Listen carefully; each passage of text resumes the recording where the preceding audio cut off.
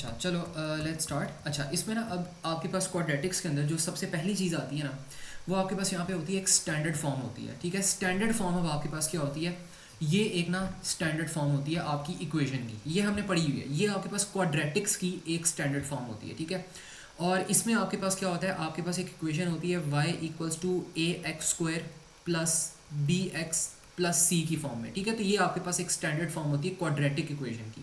Quadratic equation की पहचान क्या होती है कि क्वाड्रेटिक इक्वेशन के अंदर ना आपके पास स्क्वायर आ रहा होता है और एक आपके पास खाली एक्स आ रहा होता है। ठीक है, तो ये इसकी पहचान होती है कि इसके अंदर एक स्क्वायर ज़रूर होता है। तो ये एक आपके पास होता है वेरिएबल स्क्वायर, एक होता है खाली वेरिएबल और एक होता है कांस्टेंट। ये इसकी पहचान होती है। ठीक है, क्वाड्रेटिक की।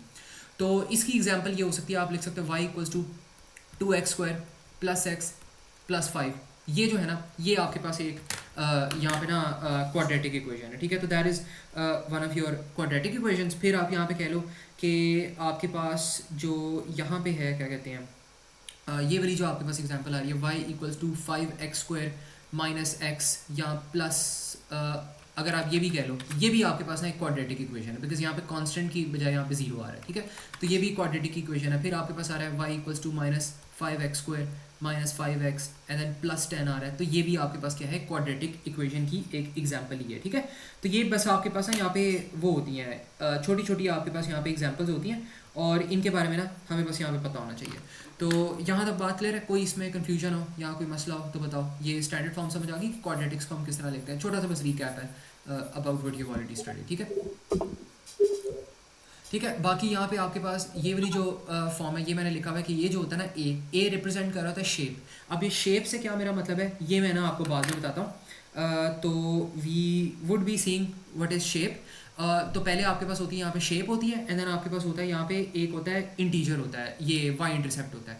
जो भी आपके पास सी वैल्यू आएगी वो आपकी वाई इंटरसेप्ट होता है। अब वाई इंटरसेप्ट क्या होता है मैं आपको बता देता हूँ। ठीक है, तो वाई इंटरसेप्ट में बेसिकली आपके पास ये होता है कि ना, आपके पास वाई इंटरसेप्ट क्या होता है, आपके पास एक ग्राफ आ रहा है। ठीक है, अब ग्राफ के अंदर लाइंस होती हैं। अगर जिस पॉइंट से आपका ग्राफ वाई एक्सिस को क्रॉस कर रहा है ना, वो वाला पॉइंट आपका क्या होता है, वाई इंटरसेप्ट।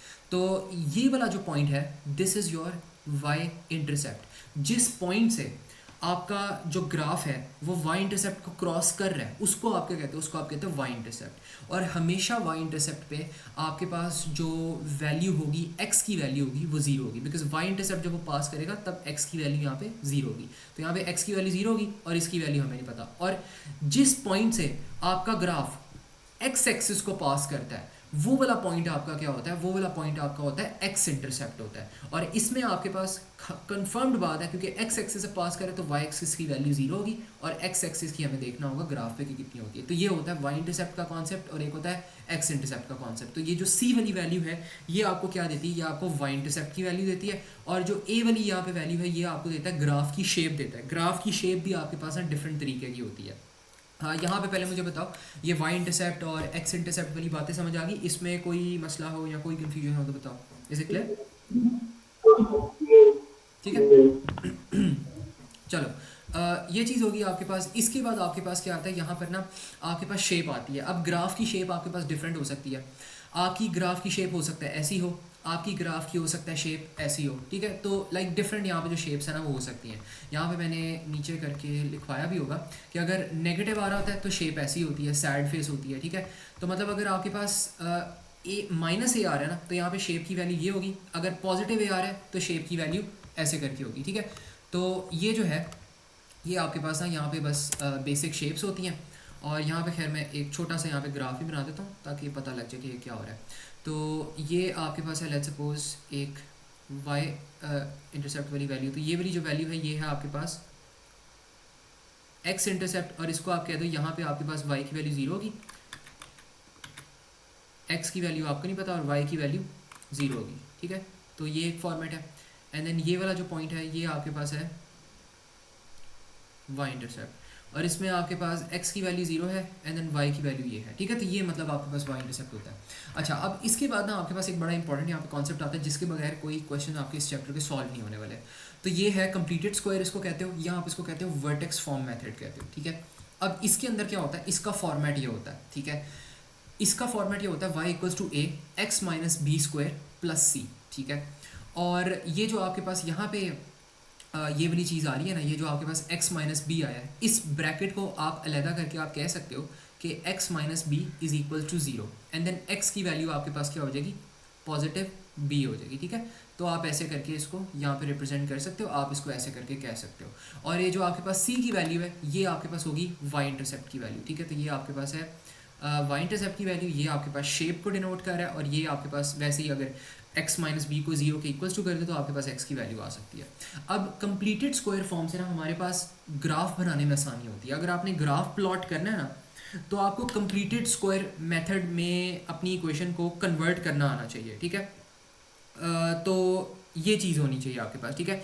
तो जब भी आप ये चीज़ यहाँ पे लिखते हो ना, तो आपके पास ये x की वैल्यू भी आ जाती है, और आपके पास यहाँ पे y की वैल्यू भी आ जाती है। अब जो भी यहाँ पे y इंटरसेप्ट आ रहा है वो यहाँ पे बन जाएगा c, एंड देन जो भी यहाँ पे b की वैल्यू आ रही है वो यहाँ पर आ जाएगा, जो कि x बन जाएगा, और ये आपके पास एक टर्निंग पॉइंट आ जाएगा। तो मतलब अगर मेरे पास कोई ऐसी वैल्यू आ रही है ना, y equals to let's suppose 2 आ रही है, एंड देन मेरे पास आती है x माइनस 5 आती है स्क्वायर, एंड देन मेरे पास आती है 7, तो मेरे पास जो टर्निंग पॉइंट है इसका वो क्या बन जाएगा, मैंने आपको बताया था यहाँ पे जो आएगा, यहाँ पे c की वैल्यू आएगी, और c क्या है, 7 है, तो ये y की जगह 7 आ गया।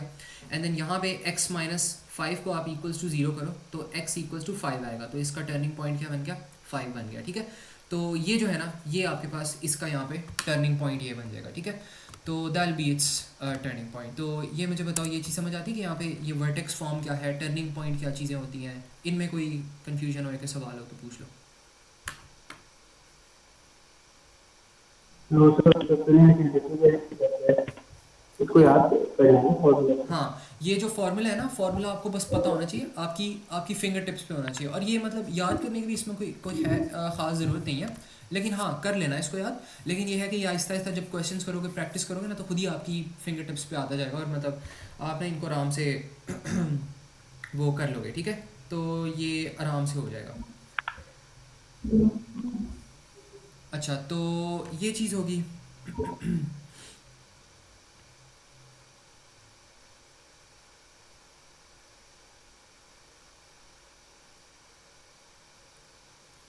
अच्छा चलो, ये चीज़ होगी हमारे पास। अब हमारे पास ना टर्निंग पॉइंट निकालना आसान हो जाएगा। अब टर्निंग पॉइंट होता पता है क्या आपके पास बेसिकली, अगर मैं छोटा सा यहाँ पे कॉन्सेप्ट भी साथ साथ देता रहता हूँ कि टर्निंग पॉइंट जो आपका होता है ना, अब आपके पास ये जो ग्राफ है ना, ग्राफ अगर इसका बनाओ यहाँ पे, लेट्स सपोज ये आपका ना यहाँ पे ऐसा करके ग्राफ है। अब इसका टर्निंग पॉइंट क्या आ रहा है, 5 आ रहा है, तो ये है 5, एक्स की वैल्यू 5 है, एंड देन ये है आपके पास 7 है, बल्कि 7 थोड़ा सा नीचे कर लो बिकॉज मैं ग्राफ को इतना बड़ा नहीं बनाना चाह रहा। और ये जो इसकी वैल्यू है आपके पास, ये जो 2 की वैल्यू है, ये आपके पास पॉजिटिव है, ठीक है।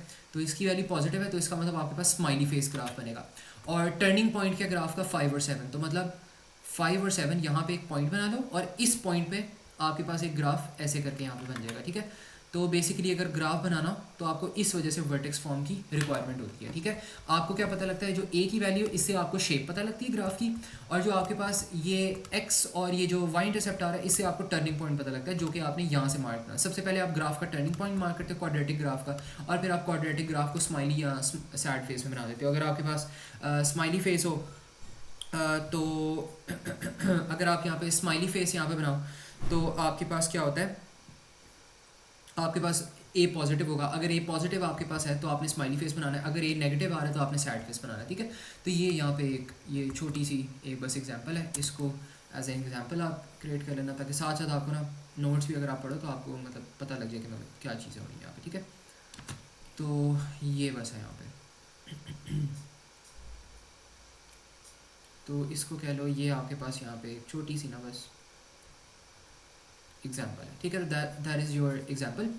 और इसके बाद अब आपके पास आ जाता है एक और फॉर्म आती है, कंप्लीटेड स्क्वायर फॉर्म भी देख लिया, स्टैंडर्ड फॉर्म, क्वाड्रेटिक फॉर्म भी देख लिया, स्टैंडर्ड फॉर्म, और फिर कंप्लीटेड स्क्वायर वर्टेक्स फॉर्म भी देख लिया, एंड देन हमारे पास आता है रूट फॉर्म आता है। अब रूट फॉर्म में आपके पास क्या होता है कि आपके पास यहाँ पे आता है सबसे पहले ए आता है, फिर आपके पास आता है x minus b, and then x minus c. अब इनकी ब्रैकेट्स को भी खोल के ना आप ऐसे लिख सकते हो, x minus b equals to 0, and then आपके पास एक्स की वैल्यू आ जाएगी, एंड देन यहाँ पर भी आपके पास एक्स की वैल्यू आ जाएगी। ये चीज़ आई थिंक आपने की भी हुई है, ठीक है। तो इसमें हम कैसे करते थे, हम इसमें ऐसे लिखते थे, हम इसमें कहते थे फॉर एग्जांपल आपके पास अगर वैल्यू आ रही है 2 की, एंड देन एक्स माइनस 1 है, एंड देन एक्स आप कह लो प्लस 5 है, तो इसमें आपके पास x की वैल्यू क्या बन जाएगी, या तो 1 बन सकती है, इधर आप कह सकते हो और x इक्वल्स टू -5, ठीक है। तो ये मतलब आपके पास ना यहाँ पे एक यहाँ पे छोटी सी जो चीज़ है वो आपके पास बन सकती है, ठीक है। तो ये आपके पास होता है रूट फॉर्म। अब यहाँ पे आ जाते हैं हमारे पास मेजर क्वेश्चंस। अब मेजर क्वेश्चंस को हमने देखना है कि हमने इनको कैसे सॉल्व करना है। अब यहाँ पे इसको मैं दोबारा से ना आपको सॉल्व करवाता हूँ और कुछ क्वेश्चंस मैं लीव कर दूँगा for your practice as well. तो यहाँ पे ना हमारे पास ये वाला एक क्वेश्चन आता है। अब इसमें वो क्या कहते हैं, वो कहते हैं कि आपके पास ये एक चीज़ है। अब ये आपके पास कौन सी फॉर्म में है, ये आपके पास स्टैंडर्ड फॉर्म है, क्वाड्रेटिक फॉर्म में है। बिकॉज हमने पढ़ा है क्वाड्रेटिक फॉर्म हमारे पास होती है y इक्वल्स टू आपके पास होता है यहाँ पे y equals to a x square होता है एंड देन प्लस आपके पास होता है बी एक्स होता है एंड देन प्लस होता है आपके पास सी होता है, ठीक है। तो इस तरह की फॉर्म होती है, तो ये स्टैंडर्ड फॉर्म है। और ये आपके पास है वर्टेक्स फॉर्म है, तो इसमें कन्वर्ट करना है। अब अगर इस वर्टेक्स फॉर्म में आपने इसको कन्वर्ट करना है ना, तो यहाँ पे लॉजिक पता है क्या है। यहाँ पे सबसे पहले आपने क्या करना है, आपने इसको सिंप्लीफाई कर लेना है, ठीक है। तो पहला जो यहाँ पे स्टेप है, आपने क्या करना है, आपने सिंप्लीफाई करना है, मेक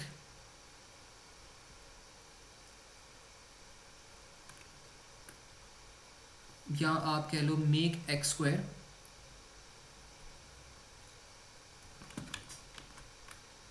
विदाउट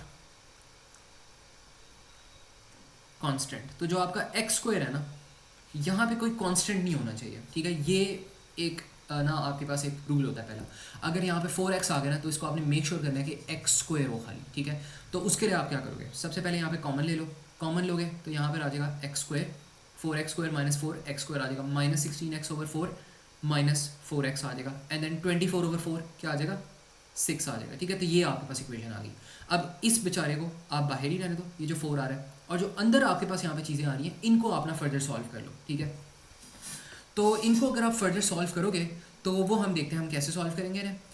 तो इसमें आप ऐसे कह सकते हो, आपने इसको इस फॉर्म में कन्वर्ट करना ना, तो what you can do here is कि आप ना सबसे पहले एक्स स्क्वायर को आप यहाँ पर एज इट इज़ पकड़ो, और आपके पास जो सेकंड चीज़ आ रही है ना यहाँ पे, सेकंड चीज़ को आपने क्या करना है, आपने यहाँ पे उसको डिवाइड कर लेना है, ठीक है। तो जो भी आपके पास सेकंड चीज़ आ रही है ना, उसको आपने यहाँ पे क्या करना है, आपने उसको डिवाइड कर लेना है। तो सेकंड स्टेप में आप क्या करोगे, आपके पास ये आ रहा था, इसका कांस्टेंट आ रहा था ना, ये था -4/2 था। तो इसका खाली कांस्टेंट पकड़ो और उसको 2 से डिवाइड कर लो, ठीक है। तो यहाँ पे आपने क्या करना है, आपने इसका कांस्टेंट लेना है एंड देन आप इसको ना बस ऐसे करके अभी लिख दो, 4/2 कर दो एंड देन यहाँ पर भी 4/2 कर दो। 2 दफ़ा ये जो सेंटर वाला कांस्टेंट आ रहा है इसको डिवाइड कर दो, ठीक है।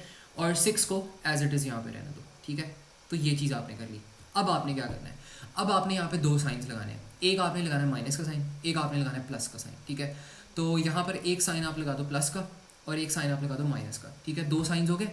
अब तीसरा काम आपने क्या करना है कि ये जो ब्रैकेट्स हैं इनको साथ साथ स्क्वायर भी कर दो, ठीक है। तो ये जो दोनों ब्रैकेट्स आपके पास आ रही हैं साथ साथ आप इनको स्क्वायर भी कर दो।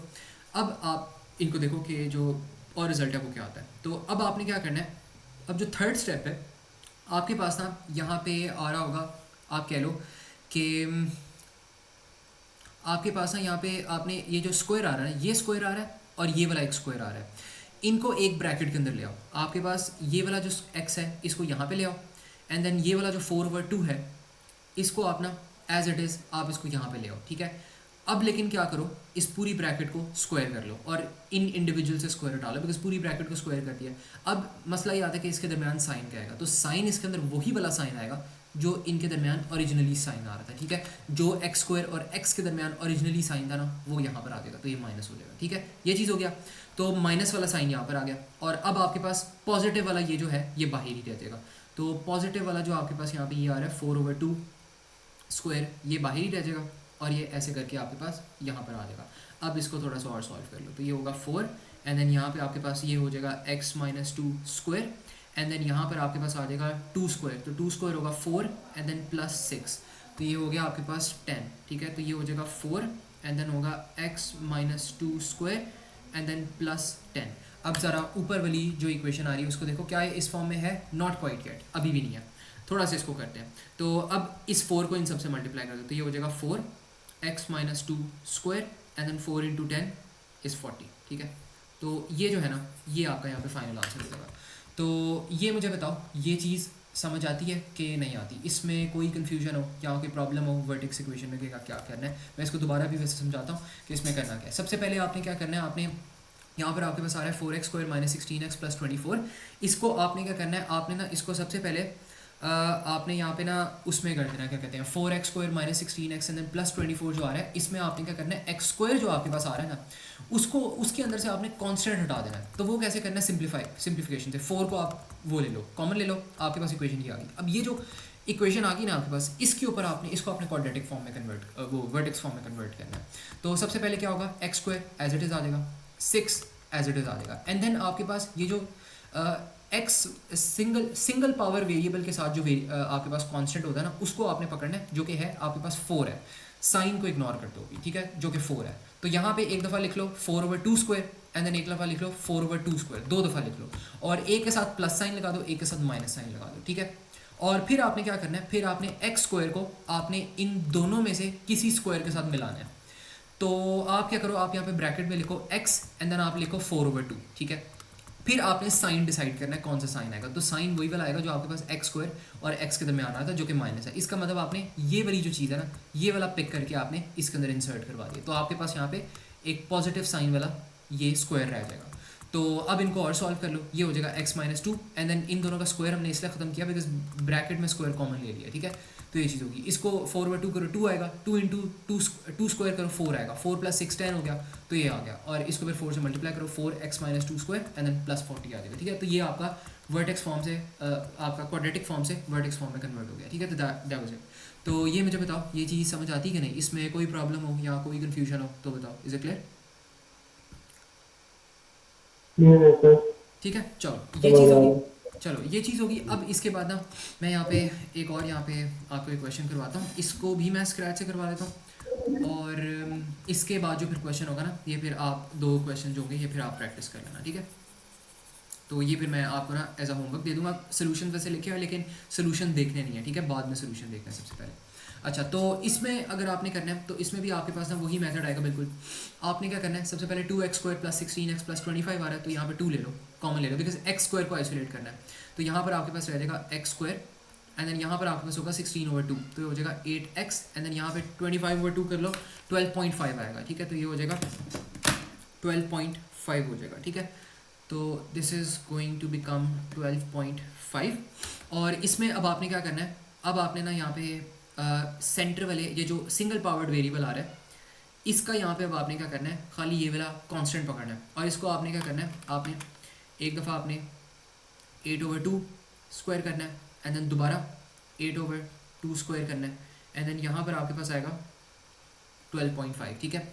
और यहाँ पे आप क्या कर लो, यहाँ पे आपके पास आ जाएगा प्लस पहले एक दफ़ा एंड देन एक दफ़ा आपके पास आ जाएगा यहाँ पे माइनस आ जाएगा, ठीक है। तो ये 2 साइंस इस पे लगा लो। अब आपने क्या करना है, यहाँ पर आपके पास इस ब्रैकेट के अंदर एक आपने स्क्वायर ब्रैकेट लेनी है, उसके अंदर एक दफ़ा x डाल लेना है एंड देन एक दफ़ा आपने 8/2 डाल लेना है, ठीक है। तो ये चीज़ होगी। यहाँ इनको पहले आप सिंप्लीफाई भी कर सकते हो, अगर करना चाहो सिंप्लीफाई कर लो बेशक पहले। तो यहाँ पे आप लिख लो 2 एंड देन लिख लो x² plus 4 square minus 4 square and then plus 25, ठीक है। तो ये चीज़ कर ली यहाँ पे एंड देन इसके बाद आपके पास आएगा यहाँ पे 2 एंड देन यहाँ पे आ रहा है x एंड देन यहाँ पे आएगा 4 और ये स्क्वायर हो गया। इसके अंदर अब साइन कौन सा लगाना है वो देखना है। तो ये जो साइन होगा ये यही वाला साइन आएगा और ये यहाँ पर भी आपके पास आ जाएगा, ठीक है। तो ये प्लस आ गया इनके, नहीं बल्कि ये वाला साइन ना आप करो, आप करो ये वाला जो साइन आ रहा है, ठीक है। तो ये वाला जो साइन आ रहा है ऊपर से वाला साइन आएगा और ये हो जाएगा, ठीक है। तो ये चीज़ होगी एंड देन इसके बाद आपके पास आएगा -4x पे 16 हो जाएगा, ठीक है। और इसको आपने ऐड कर देना है 12.5 के अंदर, ठीक है। तो ये चीज़ होगी 2 हो गया एंड देन ये हो जाएगा x plus 4 square and then इसको ज़रा देख लो क्या आंसर आता है, -16 plus 12.5 and this should be -3.5 I think, ठीक है। तो ये हो जाएगा -3.5। इसको अब अगर और सॉल्व करना है तो ये हो जाएगा 2 and then x plus 4 square and then -7 होगा आई थिंक, ठीक है। तो that is going to be your final answer, ठीक है। तो ये आपका फाइनल आंसर हो जाएगा। ये क्लियर है? इसमें कोई कन्फ्यूजन हो या कोई प्रॉब्लम हो तो बताओ, ठीक है। चलो ये चीज़ होगी हमारे पास। बाकी यही वाला हमारे पास सवाल है, इसमें वो क्या कह रहे हैं कि आपने इसको भी इस फॉर्म में आपने करना है। तो यहाँ पे पहले आइसोलेट कर लो x² को, तो आपके पास यहाँ पे आ जाएगा x² plus 6x and then आपने क्या करना है, आपने ये जो सेंटर वाला एलिमेंट है उसको आपने कर लेना है 6/2 एंड देन माइनस आपने करना है एक दफ़ा 6/2 एंड देन +3। फिर आपने क्या करना है, आपने एक ब्रैकेट बनानी है एंड देन जो इनके दरमियान यहाँ पे आ रहा है ना, यहाँ पे ये चीज़, ये साइन जो आ रहा है इनके दरमियान, वही वाला साइन आपने क्या करना है, आपने यहाँ पर भी लिखना है। अच्छा, प्रीवियस वाले जो मेथड्स है ना, मैंने उन पे ये वाला कांस्टेंट भी लिखवाया है, तो आई थिंक बेहतर है कि अगर आप यहाँ पे ऐड कर लो ना इनको यहीं पर ही, तो साथ साथ ऐड कर लो, आपको मतलब पता लगता रहेगा कि आपके पास कौन सी वैल्यूज़ आपने ऐड करनी है, कौन सी आपने नहीं ऐड करनी। तो यहाँ पर ना मैं इनमें भी ऐड कर ही देता हूँ ताकि हमारे पास ये इसको कैच करना आसान हो। तो जब तक ये चीज़ आपके पास आ रही है ना, तो यू कैन प्रॉबेबली से कि आपके पास ना यहाँ पे 8x अभी भी आ रहा है, ठीक है, इसको 2 कर लो और ये हो जाएगा आपके पास प्लस हो जाएगा, और ये जो साइन आ रहा था हमारे पास वो हमने यहाँ से कैरी किया, यहाँ बल्कि एक मिनट नीचे भी इसको ले आते हैं। तो यहाँ पर आप कह लो कि यहाँ पर आ रहा है 8x आ रहा है, ठीक है, तो इसको यहाँ पे आप कैरी कर लो, इसको बेशक ऐसे कर लो। वैसे जो दूसरा मेथड किया था वो भी एक्सेप्टेबल होता है, लेकिन I think this is better because इस तरह साइंस आप ना आराम से आप मतलब नीचे लेकर आ सकते हो। तो यहाँ पे आप कर लो +8x, तो अब आपके पास ये वाला जो साइन है वो इनके दरमियान ही आ रहा था, ये आ रहा था। अब जैसे ही आपने इसको साइन को यहाँ पे कैरी कर दिया और आपने ये सारी चीज़ें अरेंज कर दी, तो आप बेशक इसको रिमूव कर दो, वो कोई मैटर नहीं करता, ठीक है। तो ये जो है ना, इस तरह करके आपने इसको करना है। बाकी इसमें भी ऐसे ही कर लो। यहाँ पे फिर यहाँ पे आप कह लो कि 4 - 4x आपके पास ऑलरेडी आ रहा है, एंड देन आपने जो साइन है यहाँ से जो कैरी किया था वो आपने कहाँ से कैरी किया, यहाँ से कैरी किया, ठीक है। तो ये आपके पास बस यहाँ पे चीज़ है, and this is how you should do it. और इसमें अब आपके पास खैर ये एक सवाल था मैंने बच्चों को दिया था, ये एक बच्चे ने सॉल्व करके दिया था लाइव क्लास में सवाल, तो ये भी जो है ना, ये भी आप लोग कर सकते हो, आप इसको प्रैक्टिस कर लेना, ठीक है। तो ये चीज़ हो जाएगी। अच्छा, इसमें से अगर अब मैं बात करूँ कि इसमें से अगर आपने टर्निंग पॉइंट निकालना है तो टर्निंग पॉइंट क्या होगा। अगर मैं बात करूँ मेरे पास इसका टर्निंग पॉइंट है, तो इसका टर्निंग पॉइंट वाला क्या होगा, मेरे पास 40 वैल्यू आ रही है ना, तो c की वैल्यू 40 है तो 40 यहाँ पर आ जाएगा, एंड देन x - 2 = 0 करो तो x की वैल्यू आ जाएगी +2, तो टर्निंग पॉइंट हो गया मेरे पास ये, ठीक है। तो दैल बी माई टर्निंग पॉइंट। अगर मैं इसकी बात करूँ तो इसका भी ग्राफ आप बना सकते हो, ठीक है, और आप कह सकते हो कि इसका जो ग्राफ है ना वो आपके पास फिर कुछ ऐसे बनेगा। आप कह दो कि मैं ग्राफ यहाँ से कॉपी करते हैं फिर बनाते हैं, ये ग्राफ ले लेते हैं, एंड देन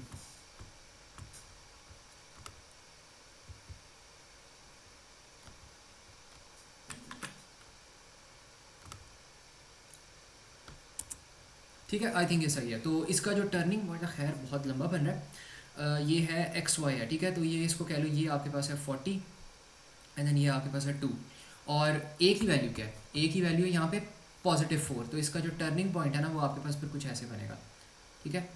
तो दैल बी इट्स टर्निंग पॉइंट, ठीक है। तो ये इसका यहाँ पे ना टर्निंग पॉइंट बन जाएगा, ठीक है। तो ये चीज़ समझ आती है, इसमें कोई कन्फ्यूजन हो या कोई प्रॉब्लम हो, ये हमने ग्राफ भी बना लिया, और अक्सर आपको ना ग्राफ भी बनाना होता है अपने क्वेश्चंस के अंदर, ये जो ये वाले क्वाड्रेटिक के सवाल आते हैं, ठीक है। तो ये चीज़ क्लियर है, इसमें कोई कन्फ्यूजन हो तो बताओ, ठीक है। तो पेपर चलो, में भी ऐसे क्वेश्चन हैं। पेपर 1 में ऐसे ही क्वेश्चंस होते हैं, नॉर्मली जो होते हैं ना बहुत आसान आसान होते हैं।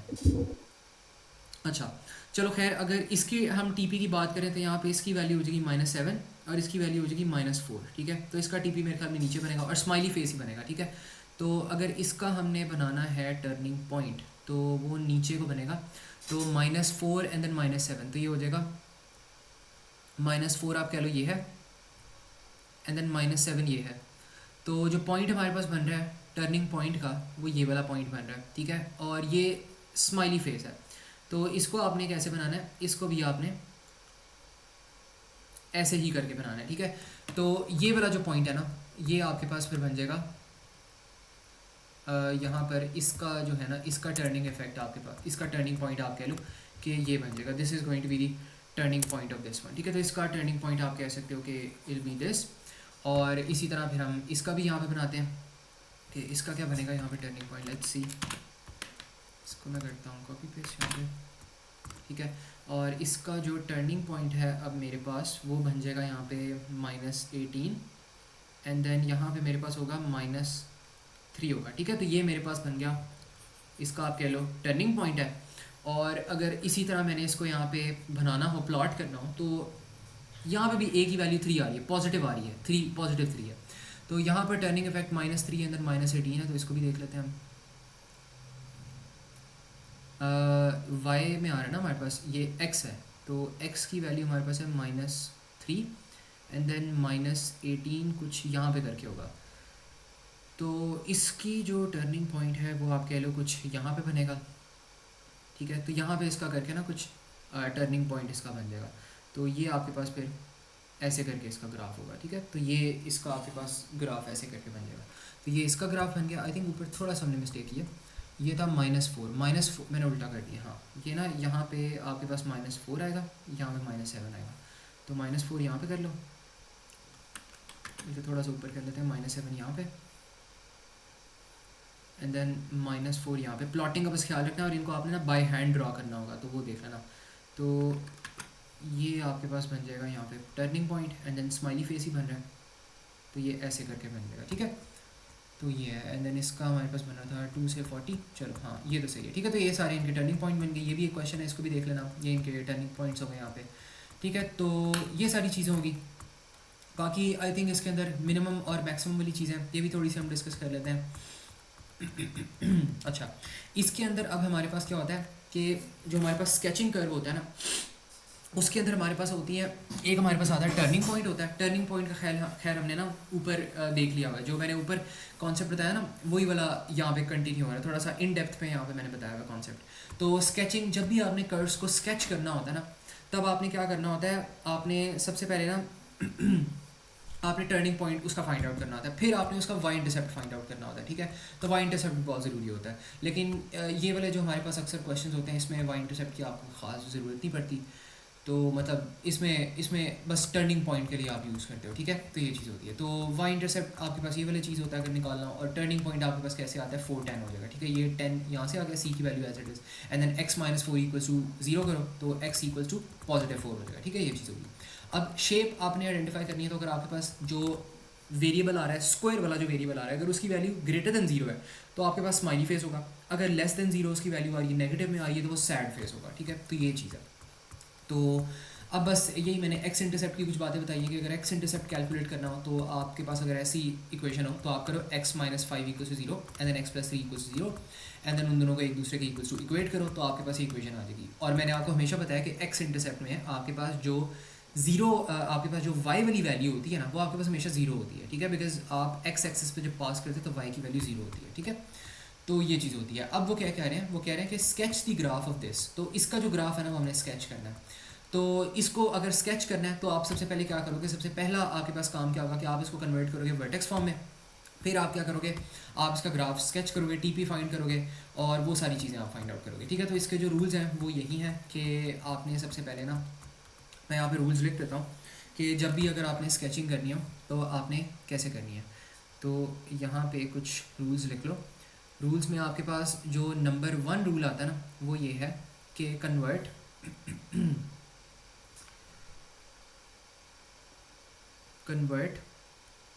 Into vertex form and then आपने क्या करना है, find turning points find out करने हैं। एंड देन आपने क्या करना है, आपने देखना है डिटरमिन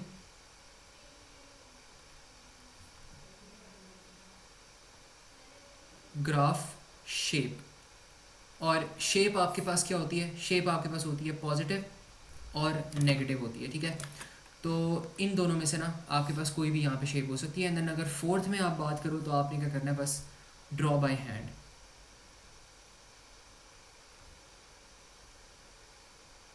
ठीक है। तो ये आपके पास चीज़ें हैं, जो हमने ऊपर चीज़ की है वही यहाँ पे हो रही है, ठीक है। तो इसको पहले आपने क्या कर लिया, आपने इसको वर्टेक्स फॉर्म में कन्वर्ट कर लिया, एंड देन आपने आपके पास ये वर्टेक्स फॉर्म में कन्वर्ट करके ये चीज़ आई। इसको आपने क्या किया आपने ये जो अब आपके पास वर्टेक्स फॉर्म में आंसर आ रहा है ना, इसको आपने क्या किया, आपने इसको लिखा है 5 and then x plus 1 square and then आपने लिख दिया प्लस 45 लिख दिया। तो y की वैल्यू आपके पास आ रही है 45 एंड देन x प्लस 1 को आपने इक्वल 0 किया तो x की वैल्यू आपके पास हो जाएगी -1। टर्निंग पॉइंट ये बन गया एंड देन इसको आपने बाय हैंड ड्रॉ कर लेना। अब y x a की वैल्यू पॉजिटिव थी तो ये स्माइली फेस बनेगा, तो यहाँ पे आपने लिख दिया -1 एंड देन 45 पे आपके पास एक पॉइंट बना है, ठीक है। तो ये आपने एक ग्राफ बना दिया, बाय हैंड मैंने भी ड्रॉ किया, ठीक है। तो ये चीज़ होगी। तो बाकी यही आपके पास यहाँ पे भी ये वाला क्वेश्चन आ रहा है, इसको भी प्रैक्टिस कर लेना एक दफ़ा, ठीक है। तो यही चीज़ उसके अंदर हो रही है जो हमने ऊपर देखी है। अच्छा, बाकी इसके अलावा आपके पास आता है यहाँ पे मिनिमम और मैक्सिमम का ना, यहाँ पे कॉन्सेप्ट आता है।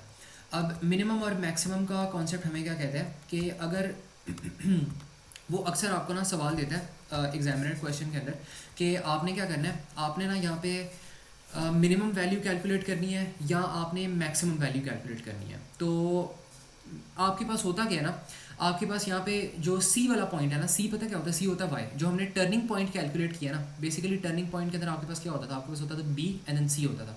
तो अब ये एग्जामिनर अक्सर आपको कहता है कि मुझे ना मिनिमम वैल्यू फाइंड करके दो, तो जो मिनिमम वैल्यू है ना वो आपने उसको सी निकाल के दे देना मिनिमम मैक्सिमम में। यहाँ तो मिनिमम सी निकाल दो तो मैक्सिमम सी निकाल दो। अब हमें कैसे पता लगेगा कि आपके पास सी मैक्सिमम होगा या मिनिमम?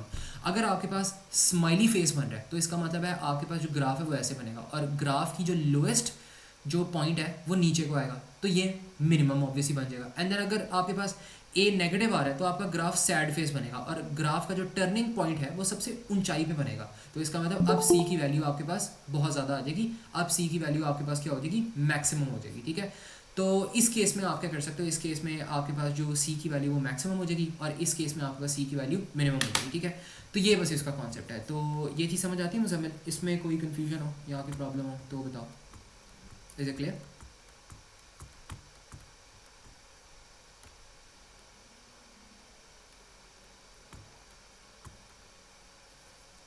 मुजम्मिल समझ आती है? आवाज़ नहीं आ रही।